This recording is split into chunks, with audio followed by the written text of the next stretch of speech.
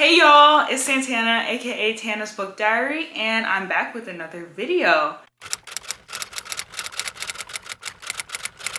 Let's get into my April reads and my May hopefuls. I'm gonna be honest, April was a slow month.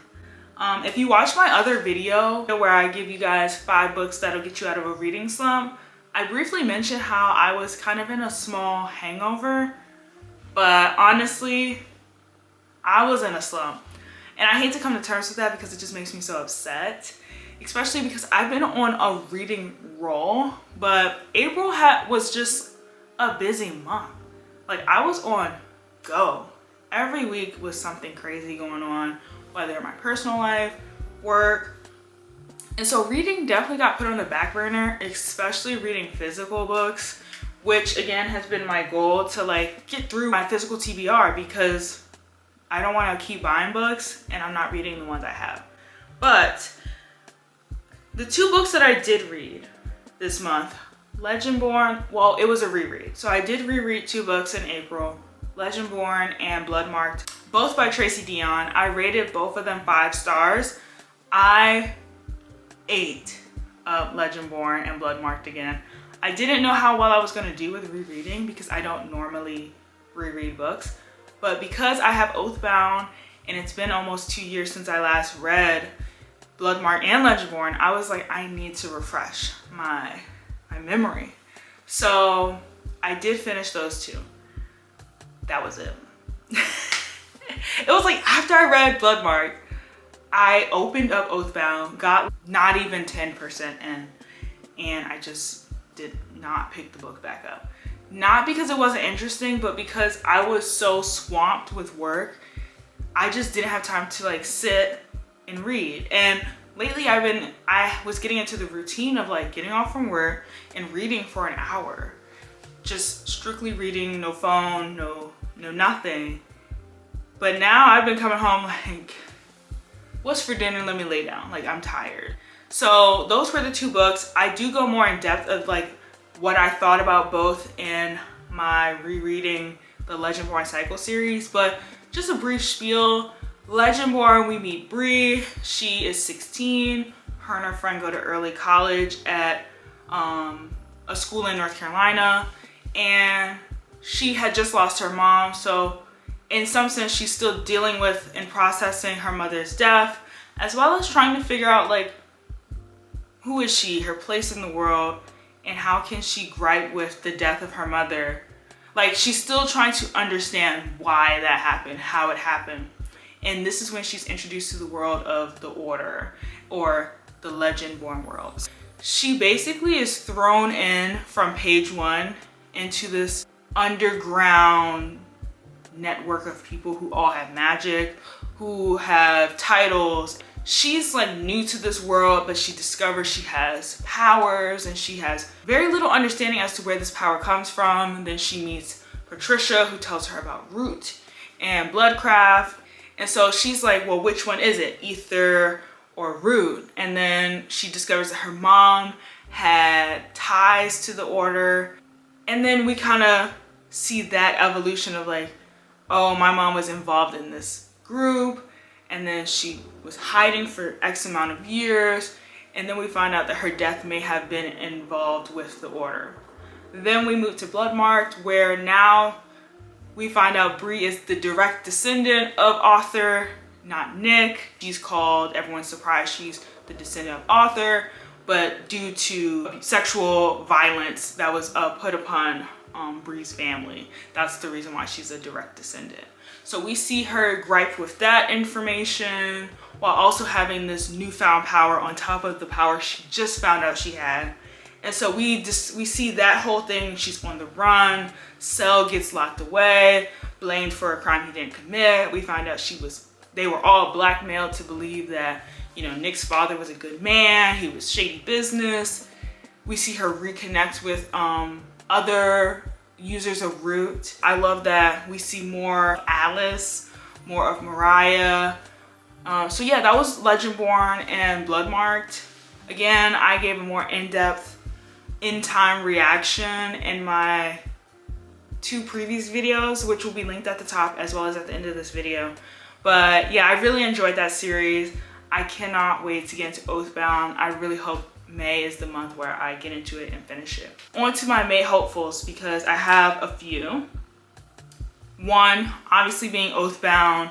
I started it, I'm like 10 pages in, and I loved it when I started it. I just didn't have time to get into it, but I really hope to get to that because we ended Bloodmarked kind of crazy, okay? So I need to know what the heck is going on. And so I'm gonna give the spiel for Oathbound. Severed from the Legendborn, oathbound to a monster, Bree Matthews is alone. She exiled herself from the Legendborn order, cut her ancestral connections, and turned away from the friends who can't understand the impossible cost of her powers.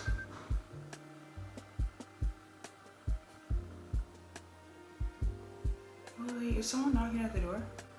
This is the only way to keep herself and those who she loves safe. But Bree's decision has come with a terrible price. An unbreakable bargain with the Shadow King himself, a shapeshifter who can move between humanity, the demon underworld, and the Legendborn secret society. In exchange for training to wield her unprecedented abilities, Bree has put her future in the Shadow King's hand and unwittingly bounded herself to do his bidding as his new protege. Meanwhile, the other Scions must face war with their round table fractured, leaderless, and missing Kingsmage, as Selwyn has also disappeared.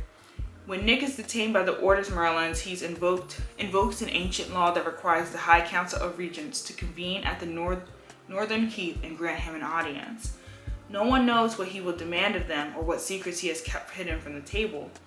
As a string of mysterious kidnappings escalate and Merlins are found dead, it becomes clear that no matter how hard Bree runs from who she is, the past will always find her. Another hopeful is Junie. I'm listening to that currently on audiobook. Really, really good. I plan to do a Sinners video. If you haven't seen the movie, you need to ASAP. But I've seen Sinners at this point 3 times. I'll be seeing it a 4th time tonight. And I plan to do a video like with a slight breakdown, my thoughts, but also I wanted to add book recs. And Junie is actually on that book rec list because there's a lot of conversation of Haints. And if you watch Sinner, Haints are referenced.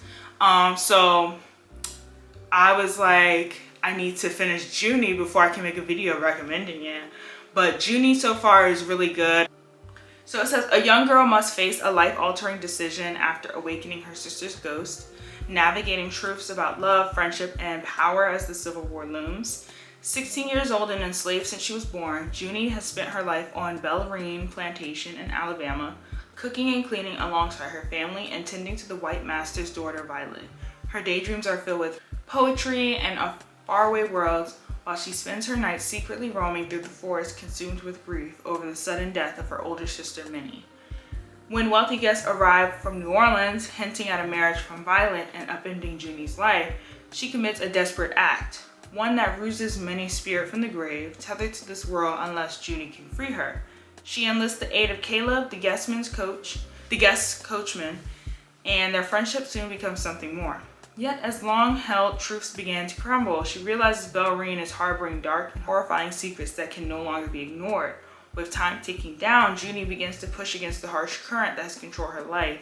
As she grapples with an increasingly unfamiliar world in which she has little control, she is forced to ask herself, when we choose love and liberation, what must we leave behind? My next book that I hope to read in May is The Final Revival of Opal and Nav by Donnie Walton.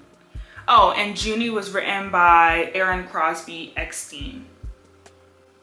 So The Final Revival of Opal and Nav is an electrifying novel about meteoric rise of an iconic interracial rock duo in the 1970s, their sensational breakup, and the dark secrets unearthed when they tried to reunite decades later for one last tour. Opal is a fiercely independent young woman pushing against the grain in style and attitude. Afro-punk before that term existed. Coming of age in Detroit, she can't imagine settling for a 9-to-5 job. Despite her unusual looks, Opal believes she can be a star. So when the aspiring British singer-songwriter Neville Charles discovers her at a bar's amateur night, she takes him up on his offer to make rock music together for the fledgling Rivington Records. In early 70s, New York City, just as she's finding her niche as a part of the flamboyant and funky creative scene. A rival band signed to her label brandishes a Confederate flag at a promotional concert. Opal's bold protests and the violence that ensues set off a chain of events that will not only change the lives of those she loves, but also be a deadly reminder that repercussions are always harsher for women, especially Black women, who dare to speak their truth. Decades later, as Opal considers a 2016 reunion with Nav, music journalist S. Sunny Shelton seizes the chance to curate an oral history about her idols. Sunny thought she knew most of the stories leading up to the cult duo's most politicized chapter, but as her interviews dig deeper, a nasty new allegation from an unsuspected source threatens to blow up everything.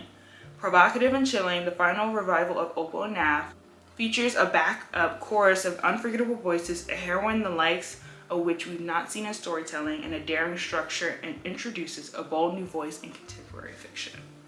I've heard that this is compared to Daisy Jones and the Six in the fact that it's like an interview style, past, present book, which makes me really excited because I did enjoy the show. I haven't read the book yet, but I did enjoy the show, so that'll be really interesting to get into.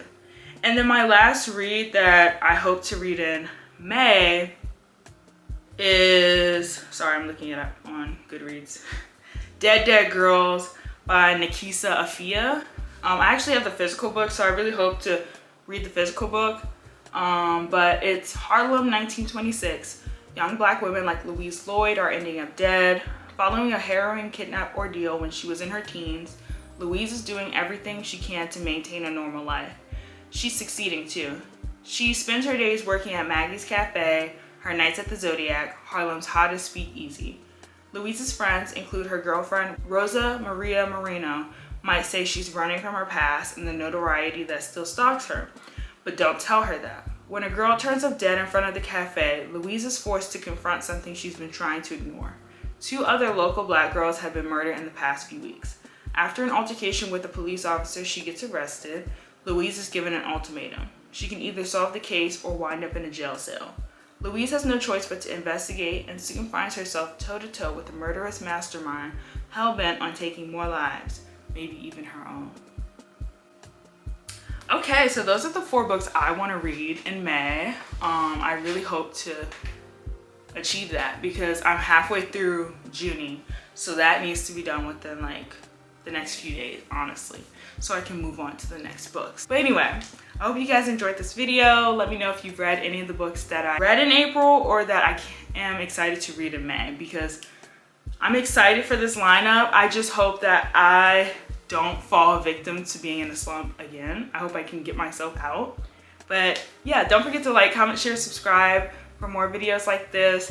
Thank you guys for 45 subscribers. I really appreciate you guys liking, commenting, and subscribing to all my videos. It does not go unnoticed. Please feel free to leave me any video ideas below or at my Instagram and my DMs. I am open to any suggestions. Thanks. See you in the next video.